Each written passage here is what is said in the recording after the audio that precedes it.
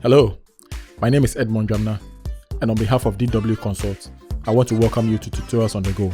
Our zeal here is to help transition people with zero, struggling, or shaky base in accounting to an expert position and to a place of confidence. It is also a platform to assist in the smooth studying of the ACCA and ICA professional qualifications, as well as for any tertiary accounting discipline. All that is required of you is to subscribe to our channel and click on the notification bell as well to be part of the program. Tutorials on the Go, bringing accounting to heart. Now, to this episode's lecture. Inventory, IAS 2. Now, the objective of IAS 2 is to prescribe the accounting treatment for inventories. It also provides guidance for determining the cost of inventories and for subsequently recognizing an expense, including any write-down to net realizable values and possibly losses incurred. It also provides guidance on the cost formulas that are supposed to be used to assign cost to inventories. So let's look at the definition of an inventory. So an inventory is an item or items that an entity holds for sale or use in the production of goods or the rendering of services. For example, a car manufacturing company, a car will be an inventory. A sofa will be an inventory for a furniture manufacturing company. Inventory comes in three forms. The first of which is finished goods. Now, finished goods are items that are held for sale in the ordinary course of the entity's operation. For example, a sofa will be a finished goods for a furniture producing company. The next one is work in progress. These are goods in the production process but are not yet at the stage of finished goods. So when we take the furniture manufacturing company example that we had earlier, when they are producing a sofa and by the end of the accounting year, sofa is 50% complete, it will be a work in progress. The third is the raw materials. So these are materials to be consumed in the production or the rendering of services. So the wood, the fabrics, the thread to be used in producing a sofa are inventory, but they are raw materials. Now, IAS 2 excludes certain inventories from its scope. Now, we have work in progress arising under construction contracts, financial instruments, biological assets related to agricultural activities, and agricultural produce at the point of harvest. Now, in the statement of profit and loss account, the cost of sales section, we have opening inventory. Now, these are unsold or unused inventories coming in from the immediate preceding year. So the closing inventory for 2019 will be an opening inventory for 2020. Now we move on to purchases. Now purchases are the items that are bought in the current period. So possibly the budget of the business in terms of the stock they are supposed to get. The one that they began the year with, which is the opening inventory, will not suffice. So they have to top up. Then we have closing inventory. Now the opening inventory plus the purchases, the ones that are left unsold or unused at the end of the accounting period becomes closing inventory. The cost of sales estimates the cost of inventories that are sold within a year. The formula is opening inventory plus purchases, then with less closing inventory. Now the cost of sales is then subtracted from revenue or sales to arrive at a gross profit. When inventories are sold, the current amount is expensed in the period in which the related revenue is recognized. That's the reason why the closing inventory is supposed to be subtracted from the addition of the opening inventory and the purchases. Now let's look at some examples. In year 1, that is the first year of trading, a business had purchases of $20,000 and sales of $30,000. There were no inventory at the end of this period. So let's prepare the statement of profit or loss account, purchases, sales account at the end of the year. Let's start with the purchases account, which is an expense. So we debit the purchases account in the name of cash because it was bought for cash for $20,000. Then we open the sales account, which is an income, therefore has a credit balance. We will credit it in the name of cash for $30,000. Now we would have to close this account. We already know how to balance and close off accounts. We draw total lines on both sides of the account and we put the bigger of the two sides there. We find the difference on the lesser side of the account. That will be the balance. That will move into the statement of profit or loss account. Now when we open the statement of profit or loss account, because we are not going to do the T account, if we are supposed to do the T account, we would have debited the profit or loss account in the name of purchases. Then we will credit it in the name of sales. But this is the presentable format for users of financial information. So we start with the sales of $30,000. Then we less the purchases of $20,000 from it. That is going to arrive at a gross profit of $10,000. Let's move to year 2. Now the business had purchases of $25,000 and made sales of $35,000. There were also inventory at the end of the period for $4,000. We are also to prepare the statement of profit or loss account, purchases, sales, and inventory account at the end of the year. We start by opening the purchases and the sales account. We debit the purchases account in the name of cash for $25,000. Then we credit the sales account also in the name of cash for $34,000. Now we close off both accounts. So we come to the statement of profit or loss account. Then we will start with sales of $34,000 as stated in the question. We will less it by cost of sales. That the cost of sales formula, as you remember, is opening inventory plus purchases and lessen the closing inventory. We do not have opening inventory here. So we'll pick the purchases and we will less the closing inventory of $4,000, giving us a figure of $21,000. We'll further less it from the $34,000 of the sales and get a gross profit of $13,000. So we come and open the inventory account. Inventory account, if you remember, is a current asset. It's a balance sheet item, therefore has a debit balance. So we debit the account in the name of statement of profit or loss account with $4,000. We close it. Now, because it's a balance sheet item, we'll have a balance on the smaller side, which is the credit side, and we'll move it to the debit side. So when we are preparing the balance sheet, we have this $4,000 as inventory recorded under the current asset column. And when we come to year 3, the business had purchases of $38,000 and made sales of $50,000. There was also inventory at the end of the period of $6,000. Now we have to prepare the statement of profit or loss account, purchases, sales, inventory accounts at the end of the year. Again, we open the purchases and the sales account. We debit the purchases in the name of cash for $38,000. We credit the sales account in the name of cash for $50,000. We close them off. So when we come to the statement of profit or loss account, there will be sales of $50,000. Now in the calculation of the cost of sales, you realize that there was a closing inventory in year 2 of $4,000. That will be the opening inventory for year 3. The purchases of $38,000 will be added to it.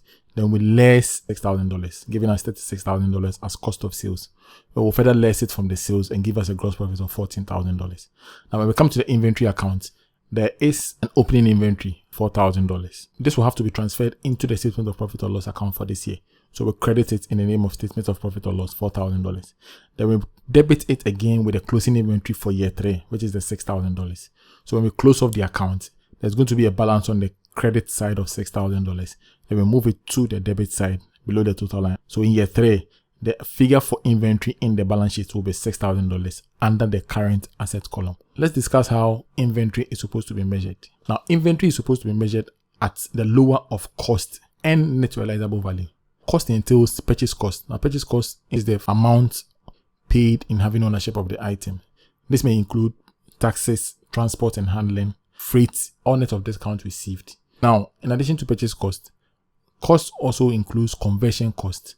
That is the expenses incurred in transforming raw materials to finished goods. So this may include direct labor and factory overhead cost.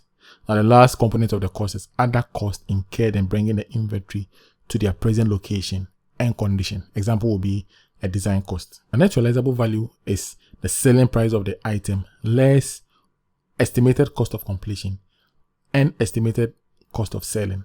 So cost excludes administration expenses, storage cost, selling and distribution expenses, which does not directly relate to the production of goods and services, and abnormal waste.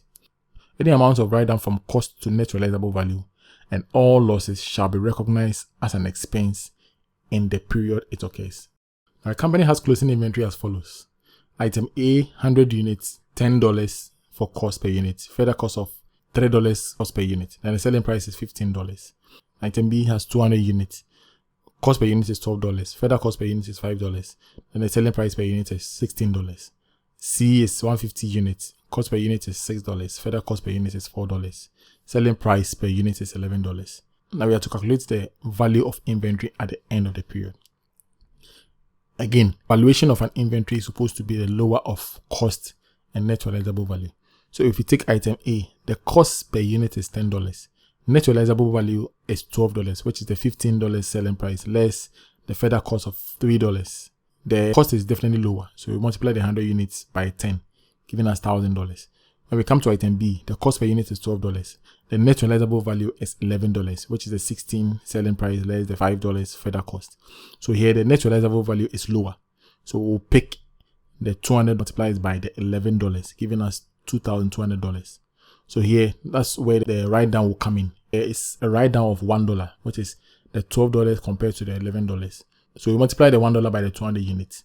We'll have to expense that figure in the statement of profit or loss account. The last item, which is C, cost of $6, net realizable value of $7, which is the $11 selling price less the $4 further cost. So the cost is lower here. So we multiply it by the 150 units, giving us $900. So the total closing inventory for the year is 4,100. Now let's look at cost determination. Now here, we know the valuation of inventory is supposed to be the lower of cost and net realizable value. If each of the items that we have are separate and we are able to know the cost for each of the products, there will be no problem. But assuming that you have huge stock of identical goods, each being bought at separate cost, how are you going to determine which of the consignment is left at the end of the year to be able to pick their cost and value it? So for example, you deal in watches. You bought 1,000 pieces at the beginning of the year at, let's say, $10. Middle of the year, you bought another 1,000 pieces for, let's say, $15. Getting to the close of the year, you bought another 1,000 pieces for $17. Now you have 500 pieces of the watches left. Now, how are you going to ascertain whether that $500 is from the first consignment, the second consignment, the third consignment? Because they're all watches of the same type and the prices differ. So now this approach is going to help us. The first of the approaches is the unit cost. Here, the cost of each item is known, probably from marking the items with their cost. So what we do is that we pick the quantity of the closing inventory and multiply by its unit cost. Now the second is first in, first out. Here, inventory is valued on the basis that older items are sold out first than the newer ones. So when an item is sold, the first consignment that came in are the ones that have been sold. So if we have some at the end of the year, we just have to find the cost for the newer consignment and multiply it and find the value. Now the average cost is the cost of goods available for sale being divided by the number of units available for sale. So we strike an average of the goods available by their cost, find the average price and multiply it by the closing inventory. Now we have the price less profit. This is similar to the unit cost in that the business has a set margin that it applies on its cost to get the selling price. So once you get a selling price, you just take the profit element from it and get a cost. So the idea is that each goods that come in will have the margin applied on it. So selling prices for each of the components will be different. The unit cost, where possible, must be the first approach. If it is not possible, then you are free to choose either the first in, first out approach or the weighted average approach. Now, inventories of a similar nature and use must have the same cost formula. Inventories with different nature or use, different cost formulas may be justified. Let's test our understanding on the valuation of the cost of inventory. So on 1st November 2020, a company held 300 units of finished goods valued at $12 each. Now during November, the following purchases took place. On 10th November, 400 units were purchased at the cost of $12.5. On 20th November, 400 pieces were also purchased at the cost of $14. On 25th November, another 400 was purchased at the cost of $15. Now goods sold during November were as follows. On 14th November, 500 units were sold at a cost of $20. On 21st November, 400 units were sold at $20. And on 28th November, 100 units were sold at $20. Now we have to calculate the value of the closing inventory by applying the below cost basis of valuation. First is the FIFO, and the second is the weighted average cost. We'll first look at the FIFO. The total inventory available is 1,005.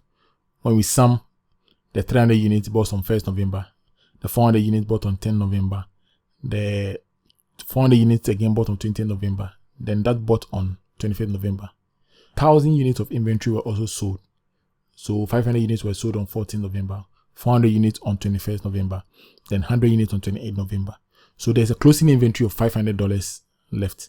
Now, the FIFO method says that this $500, the newer inventory were those that came in on 25th November, which is 400. So we value the 400 at $15, giving us 6,000. Now, the closing inventory is more than the newest consignment, so it's left with 100. So we move on to the next newer consignment, which is those bought on 20th November. Then we pick the 100 and multiply it by its cost, giving us $1,400. Now the next newer consignment was enough to envelope the closing inventory available, so we stop it there. So you realize that the 500 units of closing inventory is going to be valued at $7,400. Let's look at the weighted average cost. So here, at any point in time new consignments come in, we have to find the average of the goods available. At 1st November, we had an opening of 300 and it was a cost of $12. So the total cost of the goods was $3,600. Then at 10th November, we bought 400 units at $12.5 each, giving us $5,000.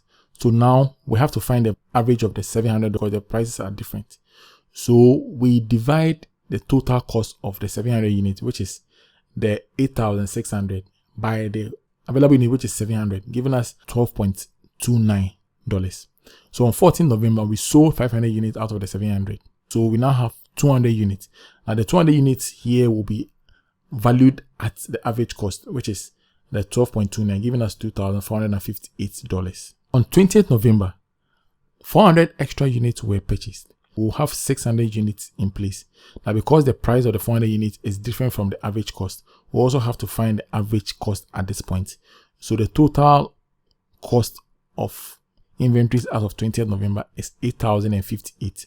So we divide it by the 600 units, giving us $13.43. Now, on 21st November, a sale of 400 units was also made. So we arrive at the 200 quantity, the 200 units at the current average price. We are going to arrive at $2,686. On 25th November, 400 units of goods were purchased. So we now have total available goods of $600. So the total value is $8,686, striking the average $14.48. Then on 28th November, a sale of 100 units was made, leaving us with a closing inventory of $500. Now this $500, because there was no further purchase, we'll value it at the current average cost, which is the $14.48. So the closing inventory will have a value of $7,240. Let's finally look at disclosures. So IAS 2 requires some disclosures in the financial statement. The first is the accounting policy for valuation, whether you're using the unit cost, the FIFO, or the weighted average cost. Now the inventory total analyzed appropriately. The amount of any inventory valued at net realizable value, meaning if you've written down some inventory from cost to net realizable value, it has to be shown in the financial statement for users to be made aware of. Okay, people, this is where we bring our discussion to an end. If you have any questions or feedback, kindly drop them in the comment section below and it will be addressed timely. Whilst you do that, kindly click on the red subscribe button below. Click on the notification bell by it. Thank you very much for your time. Till we come away again, stay blessed. Poker.